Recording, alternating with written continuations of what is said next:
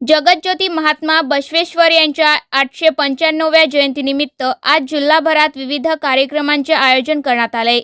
नांदेड शहरातील कवठा परिसरात असणाऱ्या महात्मा बसवेश्वर महाराजांच्या पुतळ्याला अभिवादन करण्यासाठी बसवेश्वर प्रेमींकडून मोठी गर्दी होत आहे. बसवेश्वर प्रेमींशी बातचीत केली आहे. जगज्योती महात्मा बसवेश्वर यांच्या जयंतीनिमित्त आपणा सर्वांना खूप खूप शुभेच्छा. दरवर्षीप्रमाणे लिंगायत वैद्यकीय प्रतिनिधी यांच्यातर्फे अन्नदान व रक्तदान शिबिर हे सलग चौथे वर्ष आहे. ह्या वर्षामध्ये आम्ही नागरिकांचा पण आम्हाला खूप प्रतिसाद आहे ब्लड कॅम्प थ्रू. असेच आम्ही उपक्रम राबत राहू हीच बसवेश्वर चरणी प्रार्थना. पुढच्या वर्षी हाच उपक्रम चांगल्या प्रकारे आम्ही पार पाडू ही एक अपेक्षा ठेवू. पहिले तर जगज्योती बसवेश्वर जयंतीनिमित्त सर्वांना खूप खूप शुभेच्छा. आम्ही वैद्यकीय प्रतिनिधी मिळून चौथावा हा वर्धापन दिन आम्ही साजरा करत आहे.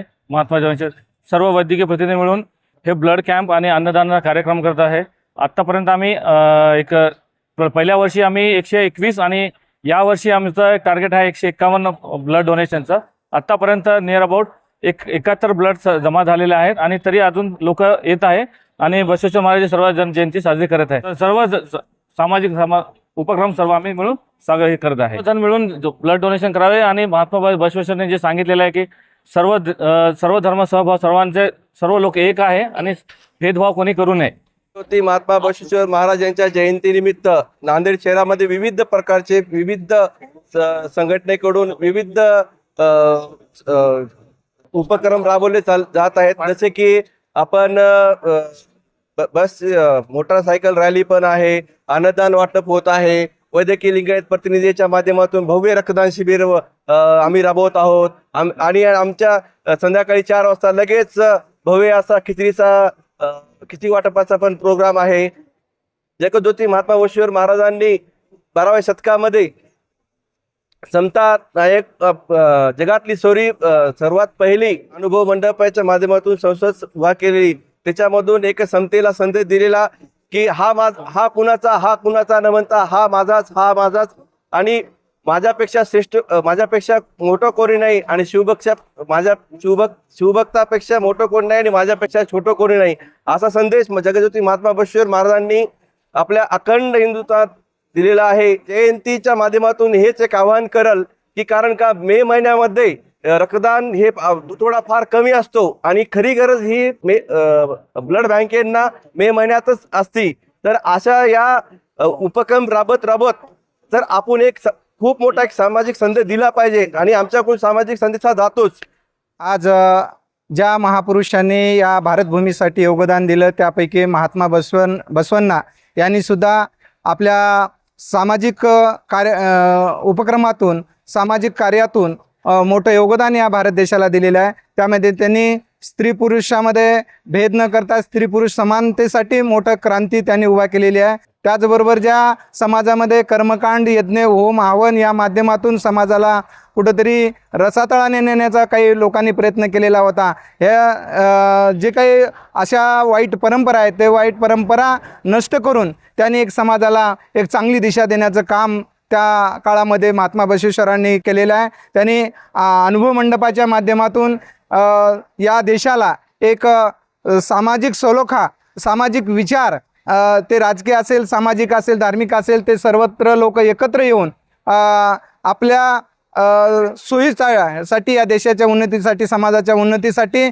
काय करता येईल यासाठी अनुभव मंडपाची स्थापना केली. त्यामध्ये 770 शरणी सहभागी होते. त्या अनुभव मंडपाचे जे काही नेतृत्व आहे ते एका दलित कुटुंबाच्या म्हणजे अल्लम प्रभूला दिलं आणि सर्वांना सामावून घेऊन एक भारत एक विशाल भारत एक सर्वसमावेशक असा भारत तयार करण्याचं काम त्या काळामध्ये 12व्या शतकामध्ये महात्मा बसवेश्वरांनी केलेलं आहे. म्हणून सर्व जाती धर्मातील लोक अत्यंत उत्साहाच्या वातावरणामध्ये महात्मा बसवेश्वरांचे विचार त्या विचाराची प्रेरणा घेतात आणि तशी वाटचाल करण्याचा प्रयत्न त्यांच्या विचाराचा वारसा चालवण्याचा प्रयत्न समाजातील असेल किंवा अनेक लोक अनेक साहित्यिक यामध्ये गुंतवलेले आहेत आणि त्यांनी महात्मा बसवेश्वराच्या विचाराचा प्रसार करण्याचं कामसुद्धा मोठ्या याच्यामध्ये केलेलं आहे आणि तो ते विचार आज या घडीला या काळामध्ये अत्यंत महत्त्वाचे विचार आहेत आणि ते घेऊन चालण्याचं काम आम्ही सर्व करत आहोत. आजच्या या प्रसंगी या जयंतीच्या माध्यमातून, या उत्सवाच्या माध्यमातून मी सर्व भारतीय वासियांना, सर्व समाजाला शुभेच्छा देतो. तुम्हा सर्वांनी सुद्धा या सर्व गोष्टीची अत्यंत चांगल्या पद्धतीची दखल घेतली, सर्व मीडियाने दखल घेतली. तुम्हाला पण या बसवेश्वर जयंतीच्या शुभेच्छा देतो. अनेक सामाजिक उपक्रमाचं आयोजन करण्यात आलेलं आहे. रक्तदान शिबिर असेल, त्या ठिकाणी वेगवेगळे आरोग्य तपासणीचे शिबिर असतील, किंवा दासो अन्नदानची व्यवस्था असेल, किंवा व्याख्यानाचे कार्यक्रम असतील, किंवा स्वच्छतेविषयी बऱ्याच ग्रामीण भागामध्ये सुद्धा, जिल्ह्याभरामध्ये सुद्धा अनेक युवकांनी स्वच्छतेच्या माध्यमातून काम करण्याचं आज उपक्रम हाती घेतलेला आहे.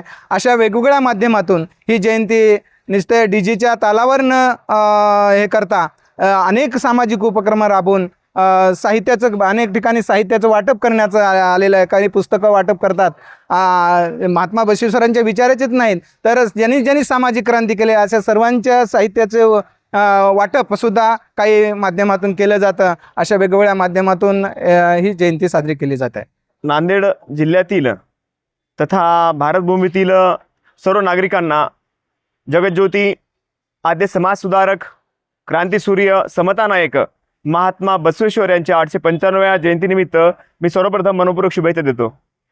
आजचा दिवस समस्त भारतवासियांसाठी अतिशय आनंदाचा दिवस आहे आणि त्याच आनंद उल्हासामध्ये आम्ही सर्व बसवप्रेमी नांदेडकर नागरिक महात्मा बसवेश्वर चौक, कवठा, नांदेड या ठिकाणी एकत्र जमलेलो आहोत आणि आपल्या नांदेडचं भूषण असलेल्या समता नायक महात्मा बसवेश्वर यांच्या अश्वारूढ पुतळ्याला, प्रतिमेला या ठिकाणी आम्ही सर्वांनी वंदन केलेलं आहे, अभिवादन केलेलं आहे.